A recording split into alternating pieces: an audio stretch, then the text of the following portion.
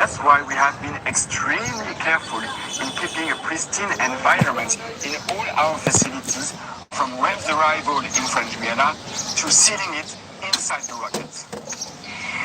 So let's talk a little bit now about the Webb Space Telescope. I really don't think you need me to tell you that it is the product of a feat of human ingenuity. And you don't get to make a telescope as complex as the James Webb Telescope and as remarkable without tremendous amount of collaboration. And the James Webb Space Telescope is indeed the product of a partnership between three space agencies who came together to create it.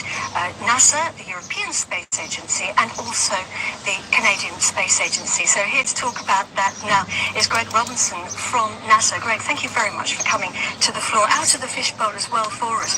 And we're talking serious teamwork here, aren't we? Yes, Katie. We've benefited from an amazing partnership with the Canadian Space Agency and the European Space Agency. Over the life of the development, we've had more than 10,000 people actually touch Webb, 29 states in the U.S. and 14 countries across the globe. And not to mention the amazing industrial base across the globe that have benefited here. In order to do bold missions like this, it takes lots of resources, lots of expertise. So we maximize everyone's expertise. And how did this bold mission get onto an Ariane 5 European launcher? So as part of the partnership, the Canadian Space Agency contributed science instruments, and they're incredibly important for this mission. And so did ESA, science instruments, and the amazing Ariane 5 that we will see take us on this journey and put us in the right direction to get to Lagrange Point 2. And we're looking forward to that. It's a tremendous atmosphere here, isn't it, in the Mission Control Center? There's a real buzz here today. I wonder how you must be feeling, Greg. I mean, it's got to be a very, very emotional time knowing that your telescope is sitting there on top of the rocket, getting closer to launch. It's certainly amazing. Often talk about the butterflies, and people keep asking me, have they started? Have they started? And yes, they're starting. And when we get to about 20 minutes out, they will start flying a lot. So the excitement is just amazing. The excitement is building, and of course everyone very cool, calm and collected. Thank you, Greg Robinson. You can take your position back in the fishbowl now, because I know you've got a lot of work to do in there. Greg Robinson, thank you very much indeed for joining us. So the Ariane 5 launch vehicle is the heaviest lifter in the Ariane 5 family of launchers. And Raphael, she has got an incredible track record, hasn't she, of success? Yeah, this is a very reliable and successful rocket. Webb is going to be the 112th Ariane 5 to be launched. And the very first Ariane, the Ariane 1, took off exactly 42 years ago. Yesterday, this was on Christmas Eve, 1979. Good symbol. Yeah, and hopefully we're going to get a good Christmas present today as well. And, I mean, the rocket is also, you don't get to build a rocket like this without collaboration either, do you? Of course, just like Webb, actually. In fact, 12 different countries have been participating in the development of the Ariane 5, with Ariane Group now being the industrial prime. And we have a scale model right next to you, Raphael. Why don't you talk us through it? The rocket is made of sections, and we often call those stages, which is what you might hear during the commentary. Exactly. So first you have the two boosters, solid boosters, that are located on each side of the rocket. They will provide the main thrust in order to literally push the rocket against the gravity of the Earth. Then you have these big tanks that form the main cryogenic stage, with the main engine Vulcan at the bottom. And then you have the Webb telescope right at the top, inside the fairing. It is right there on the launch pad, and together they are put on top of the third stage, a cryogenic stage, and it is this upper stage that is going to place Webb into orbit. And what about the engines? What are we going to see at liftoff? At liftoff, we first see the main Vulcan engine ignite first. We do this because we want to check it's working properly before we switch on the solid boosters 7 seconds later. Once it's done, there is no turning back. The rocket is going to lift off. And so, yeah, that's very Don't be surprised. Don't be surprised if you don't see the rocket lifting off for 7 seconds. That's time for the rocket to actually warm up before soaring into the sky. So once we light the touch paper, you can count to 7 before it actually lifts off. Now, one of the advantages of the Ariane 5 vehicle is that it can be modified, and that's exactly what we've done for today's launch. We've had to make some changes for it to be able to host the Webb satellite. And joining me to talk about that is somebody who, the right person for the job indeed, because he was in charge of those changes, Daniel Deschambre from the European Space Agency. Thanks for joining us, Daniel. What did you have to do? First, we need to recall that Webb will be the largest payload to be ever accommodated on I-5. It fully occupies the volume of the fairing, with gaps as small as 10 centimeters for a diameter of 5 meters. It is the reason why we had to develop a specific integration procedure to ensure that there is no contact with them. After separation, during separation, the venting system of the launcher has been improved in order to balance as much as possible the inside and the outside pressure of the fairing. And this is due to the fear of depressurization shock, which could damage the delicate layers of Webb's essential. After separation, due to the fact that Webb, some equipment of Webb are very sensitive to sun exposure, the roll control of the launcher will be tuned in order to make sure that Webb is always oriented only one face to the sun. And in addition, to avoid any hotspot, the launcher will create some oscillating movements, like a barbecue mode, to avoid any overheating. And after Webb separation, there will be a specific end-of-flight maneuver to be applied on the boost stage in order to put it on a liberation orbit around the sun in order to avoid collision in the long term. Thank you very much indeed, Daniel. So we'll hopefully see the upper stage rocking in space. Not quite all the way around like the familiar barbecue, but a slightly different movement. Listen, gentlemen, thank you very much indeed for being with us today. I know that you're busy. You've got jobs to do inside the fishbowl, so I'm going to send you right back there now, and very best wishes for the launch. Thank you. Thank you. Our telescope has a long journey ahead of it. It's got to travel 1 million miles to its destination in space, its working zone, where it's going to start telling us all about our universe. It's already started that journey because it's traveled to the launch pad from Los Angeles. After final tests were concluded in Los Angeles, Webb was packed into a special container and transported along the LA 405 freeway, which had to be closed because it's so big.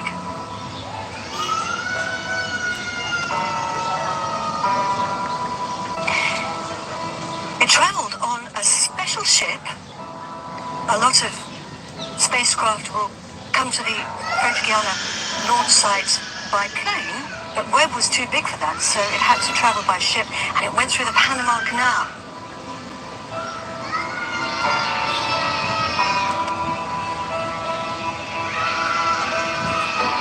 Up through the locks.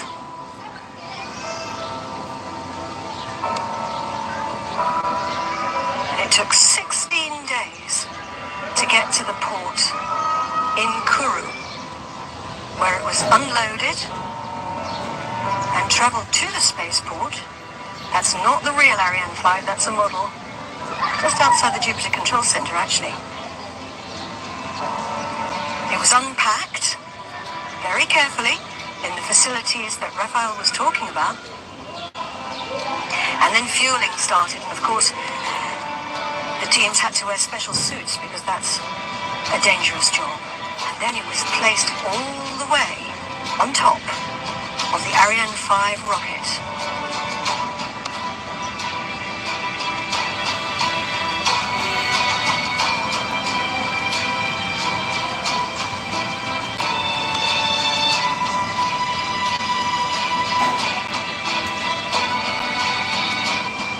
It was encapsulated inside the fairing and sealed Then it was rolled out to the launch pad 2 days ago. From the vehicle assembly building to the pad along very special rails. Very, very slowly through the Amazon rainforest. It was raining at the time, and that was 2 days ago, and here we are now, 17 minutes and 46 seconds to launch and counting. All systems are go here at the European Spaceport in French Guiana. We have 3 control centers on the job today. We have the Mission Control Center here. We also have the Launch Control Center, which is about a mile from the pad. And then we also have the Telescope Control Center, Mission Control in Baltimore in the US, and that's where the operational teams are standing by to take over the telescope operations. Once it's released from the mothership, that will be about 27 minutes after launch. They'll be controlling the Webb telescope for the rest of its life. Very important job.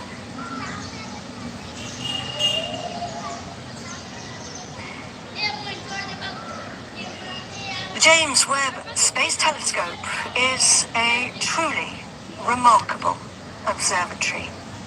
People have been working on it for over 2 decades. Some people have been working on it for their whole professional lives.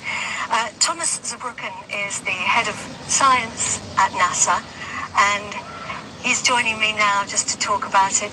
Thomas, or Dr. Z, as we can also call you. The day has come. All these decades, all this time, all these people working on the telescope, and here we are, 16 minutes and counting to launch. It's a big day, huh? Oh, I'm so amazed, right? We have this telescope on top of this rocket, a telescope that 10,000 plus people have worked on in many ways, and together with that telescope, all the hopes and dreams of those individuals, and also scientists, some of them not even born, that will benefit from these data, are there with them waiting for these last minutes of countdown for its journey to space. I'm guessing people are feeling a combination of emotional excitement. What's going through people's minds, do you think? Oh, I think there's a tremendous sense of accomplishment. Whenever you're on top of a rocket, many things went really, really well. There's tremendous pride. There's always a little bit of anxiety. We know launching is hard. We have one of the absolute best teams in the world working on this right now, so I'm confident in that. We're super excited. It's just an amazing day today. And what are you most excited about, Dr. Z? Well, I'm a scientist. For me, besides the technology that really is a marvel, it's really the best we can do. What I'm thinking about is really looking at the universe in new light. We have never seen the universe how Webb will show it to us. And can you just imagine going back in time, 13.5 billion years? It boggles your mind, even as a professional astrophysicist. Just think about all the new things we're going to learn about our most beautiful universe. Dr. Z, thank you very, very much for joining us. And I want to wish you and all the teams, everybody, the very best for today's launch. Thank you. So, yes, indeed, go Webb. So we are now 14 minutes and 30 seconds to launch. We're getting really close now. Everything's going well. All systems are green for launch, and I'm going to hand you over now to NASA's Rob Navius in the skybox alongside the European Space Agency's Luce Fabregat, who are going to take on the commentary from here on in. Over to you guys. Rob. Well, thank you, Katie. Merry Christmas to our worldwide audience from our broadcast booth high atop the Jupiter Control Center here in Kourou. Joining me today for this historic launch, my colleague Luce Fabregat, the head of infrastructure and value chain for the European Space Agency. Luce, good morning. Good morning, to be with you. Great to be with you today. Very pleased to be here with you and all of you watching us for this very special event. Well, at this hour, countdown clocks are ticking backward. We are at T-minus 13 minutes, 32 seconds and counting. Out on the launch pad, everything is in great shape. Don't let those clouds fool you. We are go for launch. The latest weather briefing just completed indicated that all weather parameters are green. We have a green board here in the control center, and everything has gone extremely smoothly in the countdown. About 9 minutes ago, a major milestone passed as the James Webb Space Telescope began the process and completed the process of receiving commands to transition from external power to internal battery power, following the latest in the series of those weather briefings.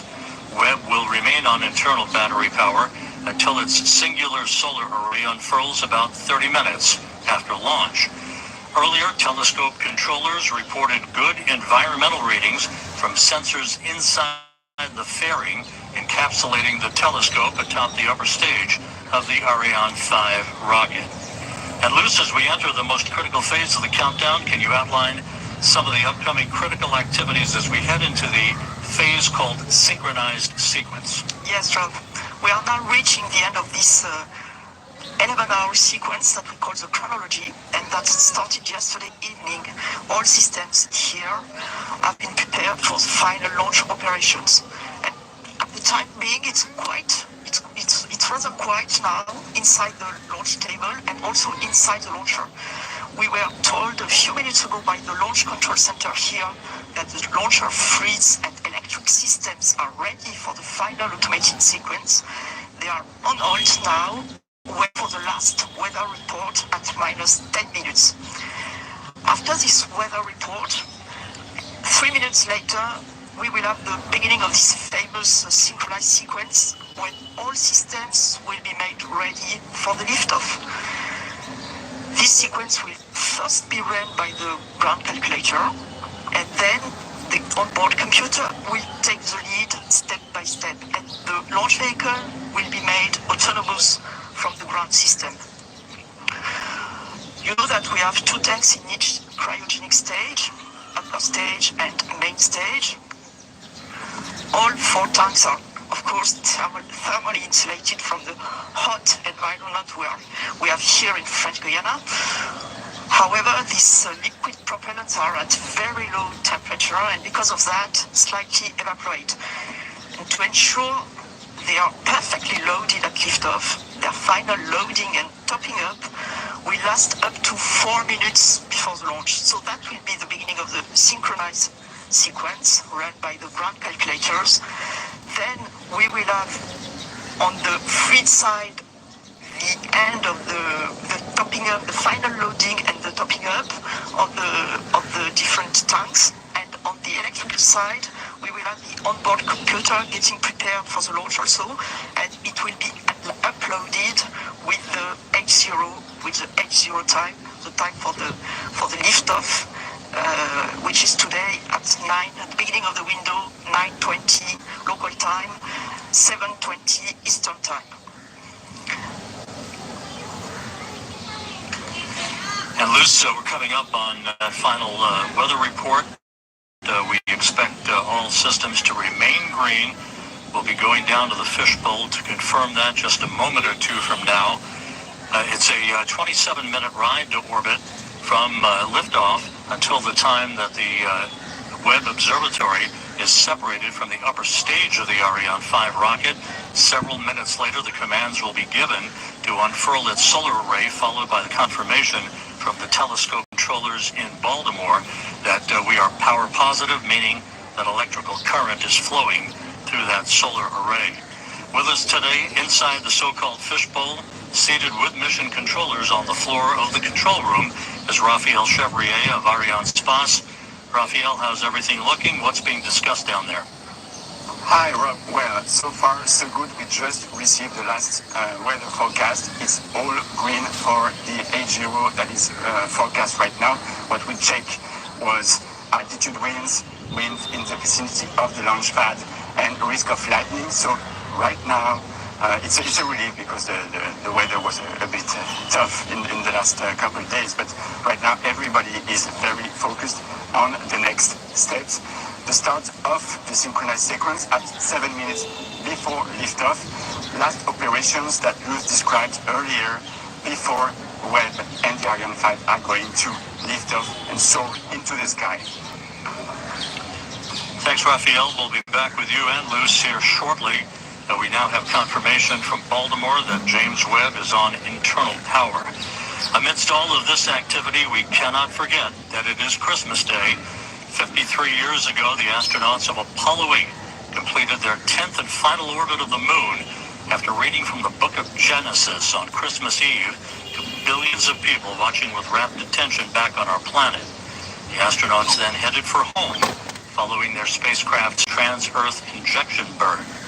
Today, more than a half-century later, we're just minutes away from another Genesis, the genesis of new era of discovery. The launch of the James Webb Space Telescope is at hand. We're just 38 seconds away from entering the critical synchronized sequence. You're going to be hearing all the critical calls from the DDO, the Range Operations Manager, who is Jean-Luc Voyer, here in the in the Mission Control Center. There he is. He will be calling the start of synchronized sequence, all of the critical countdown milestones, and we will be listening very intently for his calls. Let's stand by. À tous le DDO. Attention pour la séquence finale lanceur.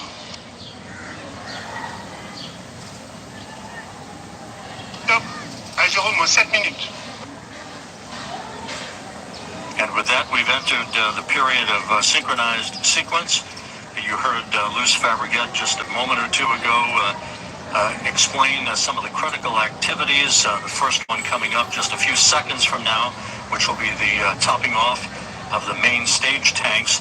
The first or core stage was loaded earlier this morning with 175 tons of propellant, 150 tons of liquid oxygen, and 25 tons of liquid hydrogen. The upper stage loaded with 15 tons of propellant that will be the workhorse for a 16-minute burn to lift James Webb to its final orbit. At separation, some 27 minutes and 7 seconds after launch, James Webb will be at an altitude of about 864 statute miles. To put that into perspective, some 520 miles higher than the Hubble Space Telescope and more than 600 miles higher than the International Space Station. Webb at that point will be traveling about 21,000 miles an hour as it heads out to a highly elliptical halo-like racetrack orbit some 1 million miles from Earth to begin its scientific observations.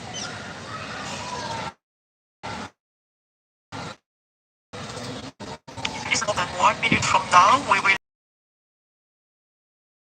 travel for the last tests before the ignition of the Vulcan engine.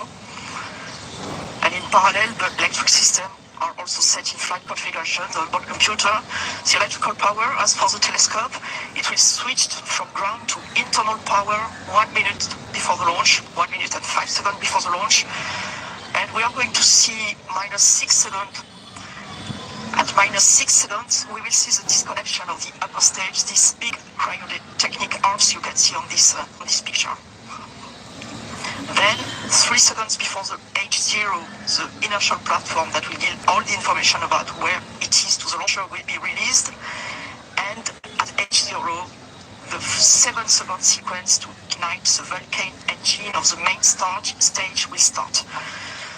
That will take 7 seconds, a little less than 7 seconds, where the engine will start up to its flight regime.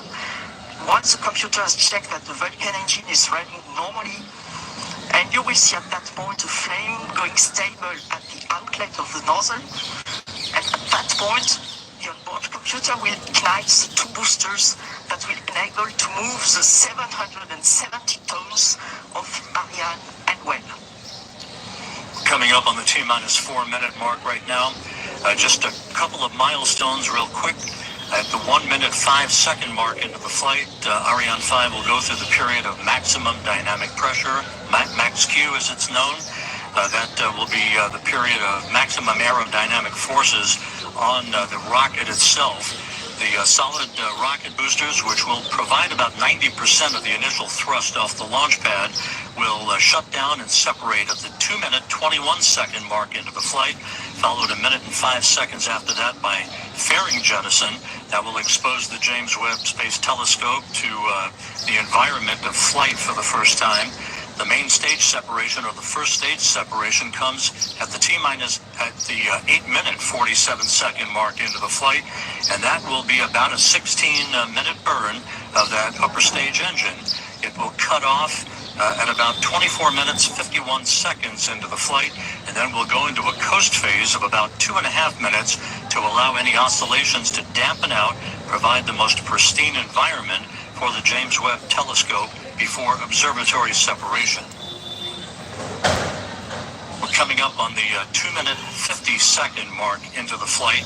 Again, you're going to be hearing critical calls down the stretch here from the DDO, or the Range Operations Manager, Jean-Luc Voyer. The weather is go. We have a green board, no issues being worked. NASA officials, including Greg Robinson on the right, carefully watching the telemetry, looking intently at the final couple of minutes of the countdown. Lives have been spent in the preparation of the James Webb Space Telescope that is about to fly. And Beatrice Romero on his side, on the left of the screen, from Iron Space. And that is the DDO, the Range Operations Manager, Jean-Luc Voyer, as we have hit the 2-minute mark in the countdown.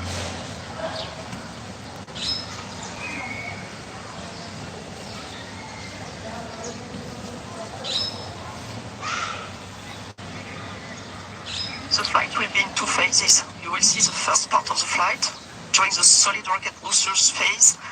That will be the atmospheric part of the flight, the atmospheric flight. And the trajectory will be driven by to reduce the aerodynamic loads, and we will have a very different exo-atmospheric flight after that. And you were watching a number of people, VIPs and invited guests, moving out to the observation platform that is right next to the Jupiter Control Center, as we stand by for the 1-minute call from Jean-Luc Voyer. À tous les DDO, attention pour moins 1 minute.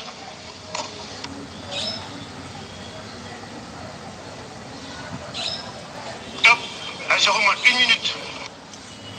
Thumbs up from Jean-Luc Voyer. All systems are go. We're inside a minute now. T-minus 50 seconds and counting. As you heard earlier, the Vulcan 2 engine will ignite.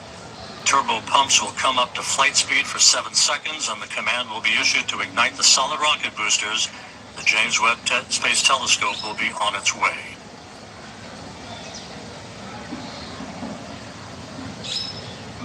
T-minus 30 seconds and counting.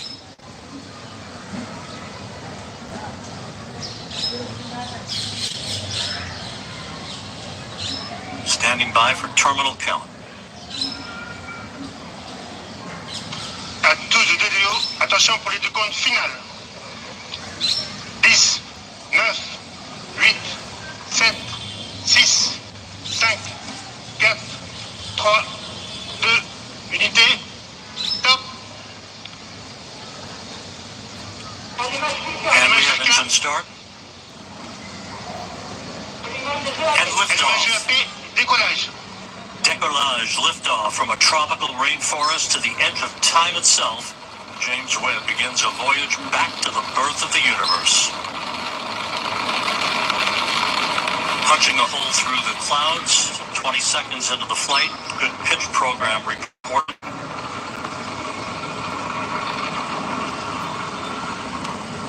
Trajectoire nominale.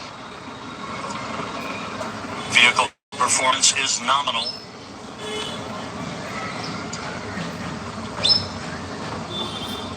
The Ariane 5 rocket continues to fly uphill in nominal fashion. The rumble of the powerful Ariane 5 now being felt here in the control center. 3D animation. We can hear the noise and feel the vibrations here. You're right, Rob. Yeah, impressive. 13 kilometers in altitude, 7 kilometers downrange, traveling about 0.6 kilometers per second. Et les paramètres à bord sont normaux. The trajectory reported to be nominal by Jean-Luc Voyer, the Range Operations Manager. You can see at the bottom of your screen, the yellow line is the trajectory plot, perfectly overlaid over the green line, which was the pre-launch trajectory. 1 minute 41 seconds into the flight, about 40 seconds away from shutdown of the solid rocket boosters.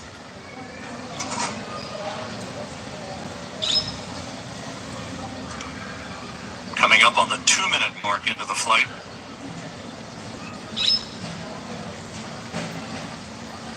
When it detects the threshold on acceleration, not the deceleration, but less acceleration. Les paramètres à bord sont normaux. Everything is okay, everything is normal. 2 minutes 15 seconds into the flight. When the computer detects this threshold, it will separate. Séparation des EAP. We have confirmation of solid rocket booster separation from Jean-Luc Voyer. This coming at an altitude of 44 miles. The Ariane 5 and James Webb traveling almost 5,000 miles an hour. We have about 1 minute 5 seconds to go before fairing jettison. That'll be the next critical milestone.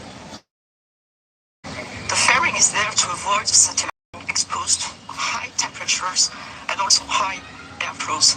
And as soon as the launcher leaves the atmosphere, as is now the case, the satellite does not need anymore to be protected, and Webb does not need anymore to be protected.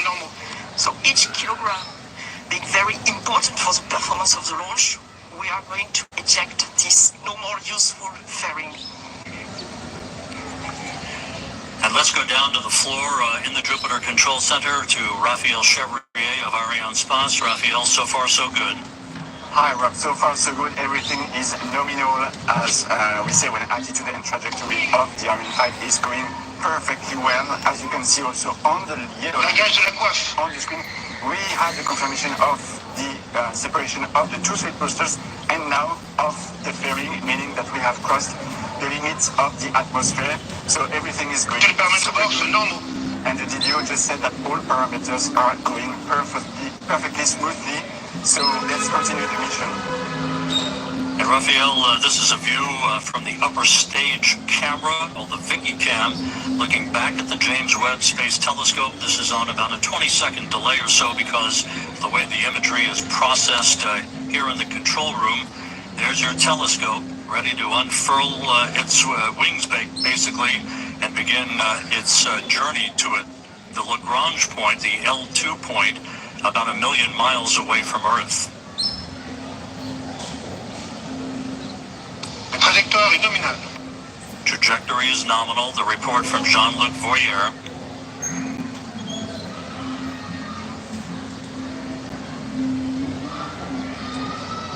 The liftoff time confirmed here in the Mission Control Center at 12:20 Greenwich Mean Time, 9:20 a.m.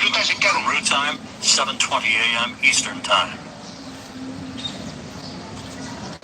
The Ariane 5 and James Webb, 181 kilometers in altitude, 450 kilometers downrange from the launch site here in Kourou.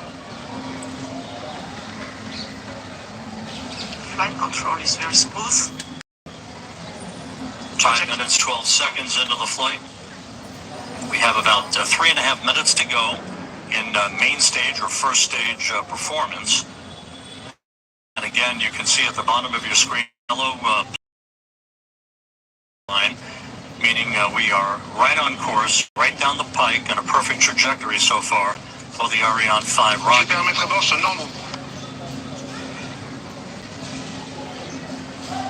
All telemetry data are now received by the Galileo tracking station, which is close to here, where we are in Kourou. It will track the launcher and the ignition of its atmosphere. La propulsion est nominale. And then we'll have the naval station in Brazil, Ascension as you can see on the map, in the middle of the ocean, and the two last stations in Africa, Libreville and Malindi, one on the east coast, the other one on the west coast. And the one on the west coast, Malindi, you can see that the telescope will be separated more or less over this Malindi station. And this Malindi station will also acquire the telemetry data from the telescope. You can see both are green, Galileo and Tantalum, this animation. It means they are expected to receive the data, and it was confirmed right now by the launch operations manager. Acquisition de télémesure par la station du Natal au Brésil. Just confirming now that telemetry is being processed through the Brazilian tracking station. The telescope is also processing telemetry through the tracking and data relay satellite system. As it moves further and further out into deep space, all of the telescope's telemetry and its imagery ultimately will be processed through the Deep Space Network in Goldstone, California. We passed the 7-minute mark into the flight. A perfect ride so far on the Ariane 5. We have about 1.5 minutes to go in the first stage performance. Once the main stage engine is commanded to cut off, it will be jettisoned, and just a few seconds after that, the upper stage engine will ignite, and it will be the workhorse for a 16-minute burn that will put James Webb into its preliminary orbit.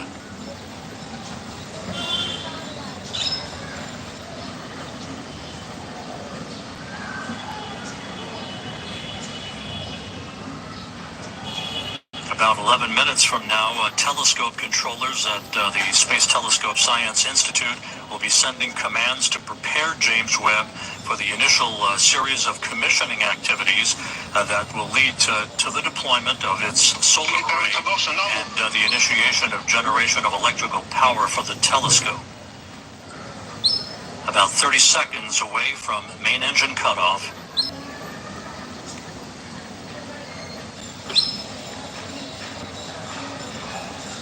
Trajectoire est normale. Nominal trajectory continues to be the watchword for the day from the Range Operations Manager, Jean-Luc Voyer, as we stand by for main engine shutdown and separation.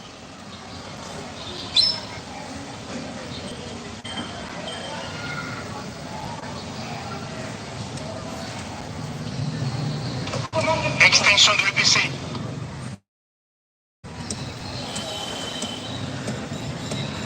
Opération EPC. And we have main stage shutdown and separation confirmed here in the Mission Control Center, and the ignition of that upper stage. And Raphael Chevrier down in the fishbowl. So far, so good. Yes, Rob, we have the confirmation of the separation of the main stage and the ignition of the upper stage. The trajectory is perfectly nominal. This is a very important moment for us because it's always a challenge to switch on a cryogenic engine in space condition, and we are now at 220 kilometers of altitude. Speed is a bit more than 7 kilometers per second. As we enter now the second stage of the second phase of the flight, the upper stage is going to power for about 16 minutes to place Webb on its transfer orbit, and right now everything is again nominal as the DDO just said. And a short time from now, the so-called Sawtooth Maneuver will get underway. Again, like rocking a baby in a cradle, this will be a maneuver to keep from overheating. Exactly, Rob, like a baby in a cradle. You can see here Webb attached on top of Ariane 5 upper stage with a very specific configuration. Of course, it will be different during its lifetime, but for the time being, its sun shield is folded and not yet fully protecting the observatory. A number of exhaustive studies have been performed by the mission teams in Europe, in the US, on the thermal conditioning inside the telescope and the way the rays of the sun would propagate and interact with sensitive equipment inside the telescope. Maintaining this thermal conditioning is really key before separating this telescope. And in particular, we know that one face of the telescope cannot face the sun. That's why to produce these right thermal conditions inside the Webb, a specific roll law has been designed, what we call the Sawtooth approach. And if you are watching carefully to these images, this animation, you can see that the upper stage is going 30 degrees on one side, then 30 degrees on the other side, going back and forth this way to maintain this perfect thermal conditioning for the telescope. worthwhile noting that after Webb separates from the upper stage of the Ariane 5 rocket, which continues to perform in excellent fashion, and coming up on the 12-minute mark into the flight, the telescope controllers will be taking the baton, if you will, from the mission controllers here in Kourou. The first steps will be the opening of fuel valves, a pair of fuel valves, to start flowing fuel to Webb's onboard thrusters. They then will power on the valve drive electronics. Those are powered on in preparation to control and fire those thrusters when required. Webb's solar array is scheduled to be deployed at approximately the 33-minute mark into the flight. Once it is locked in place, we'll get the call. Electricity is flowing through the array. That call will come from the Mission Operations Manager, Carl Starr, who's at the Space Telescope Science Institute at Johns Hopkins in Baltimore. Seated right behind him in that control room is Alicia Starr, a pair of stars helping to guide James Webb on its discovery of the stars. Alicia Starr is the lead engineer for launch and ascent events. Once the solar array is deployed and declared power positive, then 3 out of the 4 hold downs for the aft deployed radiator will be released to prevent binding due to the cool down of the telescope's composite structure. The contamination control heaters will be enabled to protect instrument optics on Webb from any water-ice condensation as they cool down. The actuator drive unit will be powered on. This particular mechanism helps with heater control of the fine steering burner, preventing water-ice condensation, later to be used to position each of the mirror's segments. All 6 reaction wheels and the wheel drive electronics will be powered on for Webb, and that will be the precursor to the attitude control system using those reaction wheels to maintain the proper orientation with the sun, as opposed to using onboard thrusters. Of course, fuel in those thrusters is very valuable. It's a limited commodity for the lifetime of James Webb's observations of the universe. We're 13 minutes, 55 seconds into the flight. Jean-Luc Voyer, the Range Operations Manager, continues to report a nominal performance for James Webb. And again, Luce Fabregat from the European Space Agency, how is this trajectory being carefully and methodically adjusted to provide the correct parameters in the final stages of ascent? Yes, Rob, as you can see on this plot, the altitude is slightly going down. It's perfectly normal. The launch vehicle is really on the line where it should be. This decrease of its altitude, slight decrease of its altitude, will allow the launcher to benefit and the upper stage to benefit of the gravity effect and to increase its velocity until it reaches a thermal threshold. It's about to reach it, or even already reached it now, and it will go up. And now it will go up and up to the separation of the Webb telescope. It will separate the Webb telescope on a highly elliptic orbit, but still around the Earth. The satellite, the telescope will be released, inserted on an orbit around the Earth with an apogee, a very high apogee above 1 million kilometers. Trajectory nominal is reported by Jean-Luc Voyer. You see him in that view, 185 kilometers in altitude. Some 4,500 kilometers downrange from the launch site here in Kourou, moving at more than 8 kilometers per second, right on the plot, right on the trajectory, everything looking great. We are about 9 minutes away from the completion of upper stage ignition. It's shutdown, and then about a 2.5-minute coast phase before Webb will separate. Observatory separation will be called out. You'll be hearing those calls and the initial calls from Carl Starr, the Mission Operations Manager at the Space Telescope Science Institute at Johns Hopkins, through solar array deploy and the declaration of a power-positive spacecraft. James Webb, of course, will be traveling well beyond the moon to a distance of about 1 million miles away from Earth, settling into a highly elliptical, halo-like orbit to begin its astronomical observations. And And again, as we mentioned earlier, at the time of observatory separation, Webb will be at an altitude of approximately 864 miles, statute miles, traveling some 21,000 an hour.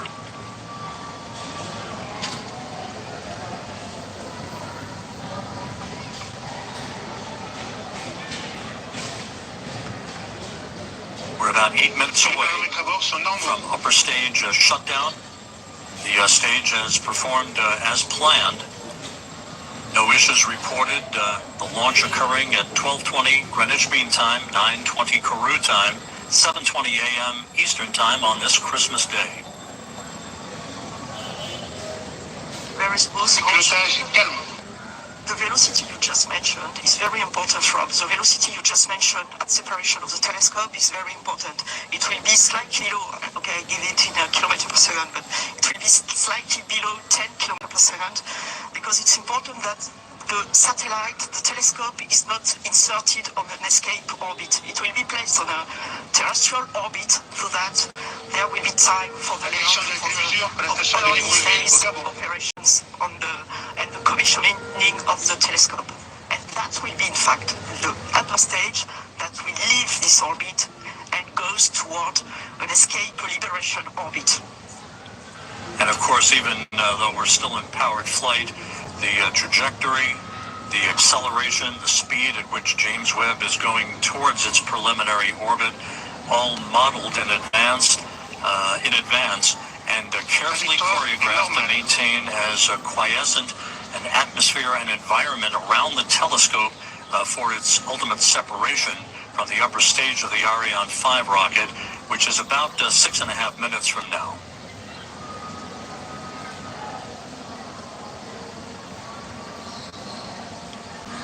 18.5 minutes into the flight. It's very quiet now here in the control center here in Kourou. NASA officials, European Space Agency officials, Arianespace officials, while watching telemetry very carefully.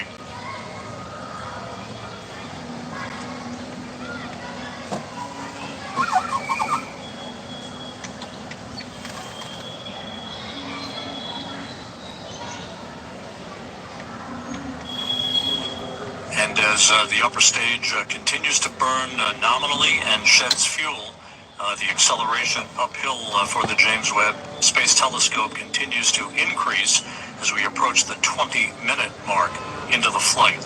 Again, upper stage cutoff is scheduled at the 24-minute, 51-second mark into the flight, about 5.5 minutes from now.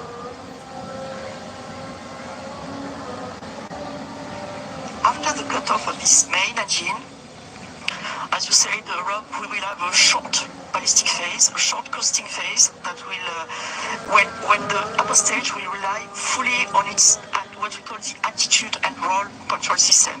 And it will adjust its attitude so that during this so small ballistic phase, all the requirements from the telescope are fully met, and that at the separation, when there will be the separation, the conditions will be very smooth and as requested for the telescope. Pilotage est calme, la propulsion est nominale. Today's countdown was as flawless as you can imagine.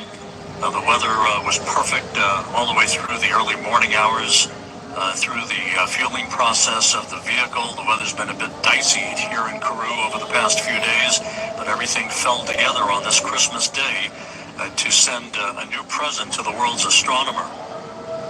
20 minutes, 40 seconds into the flight. Trajectoire normale, tous les paramètres à bord sont normaux. All parameters nominal as reported by Jean-Luc Voyer, the range operations manager.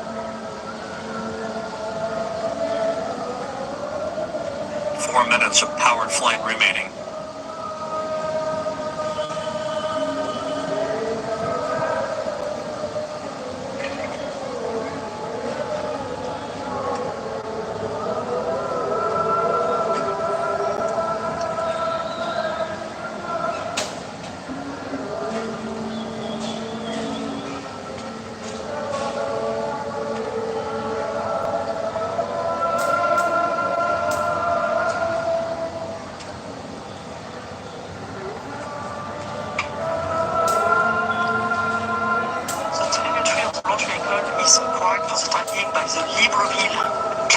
position on the western coast of Trajectoire est Africa. normale.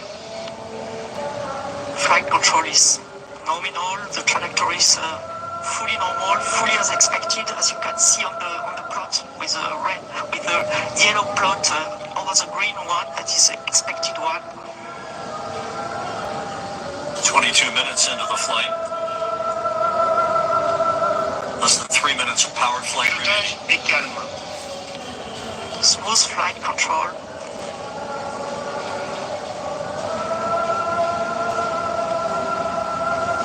And again, as we've mentioned before, Les paramètres à bord sont normaux.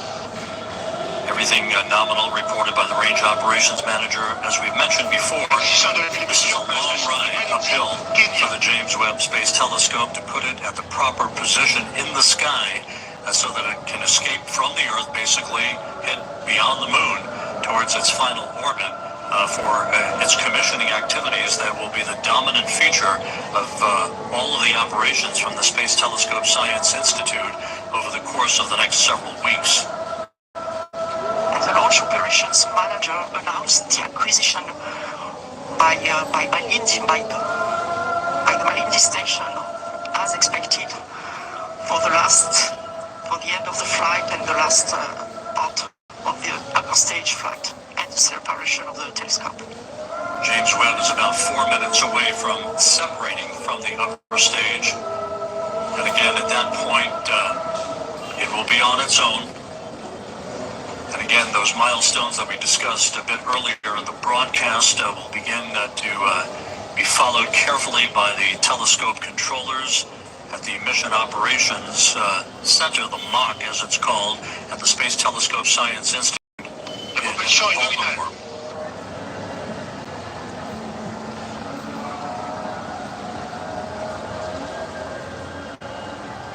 One minute of powered flight remaining.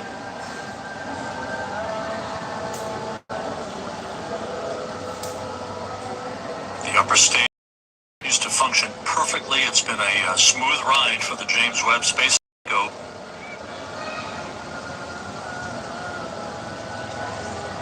Trajectoire est nominale.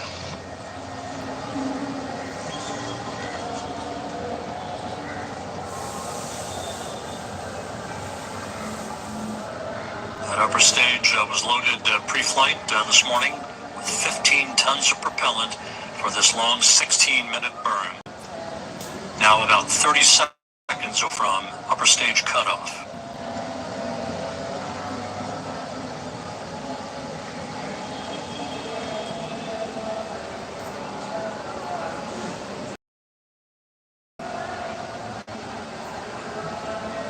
And we're standing by for upper stage shutdown, the cutoff of the upper stage engine.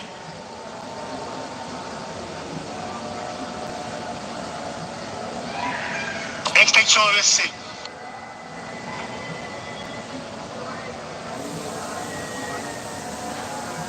Les paramètres à bord sont normaux. The extinction of the shut-off, cut-off of the engine was confirmed exactly as expected, with the exactly expected altitude and speed and velocity. So now we have entered the coasting phase, the ballistic phase, that will last for a little more than 2 minutes.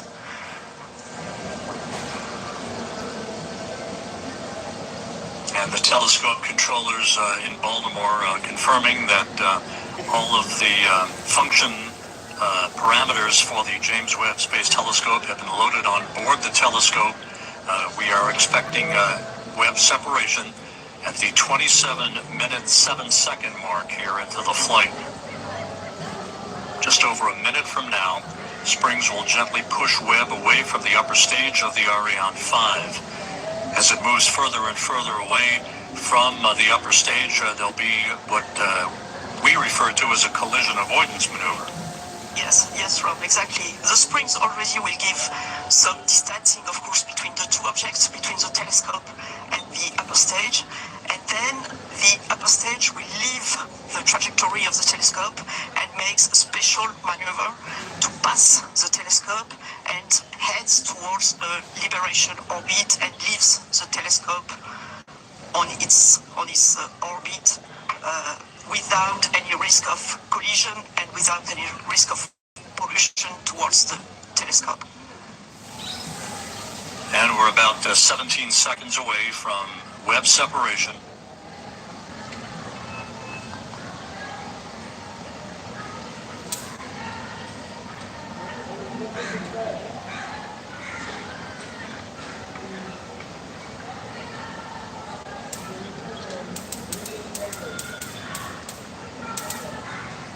Séparation Webb Space Telescope. Go Webb!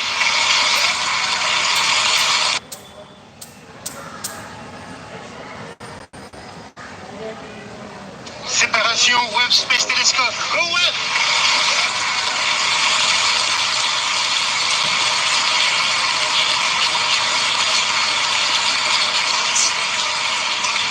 We do have confirmation of observatory separation.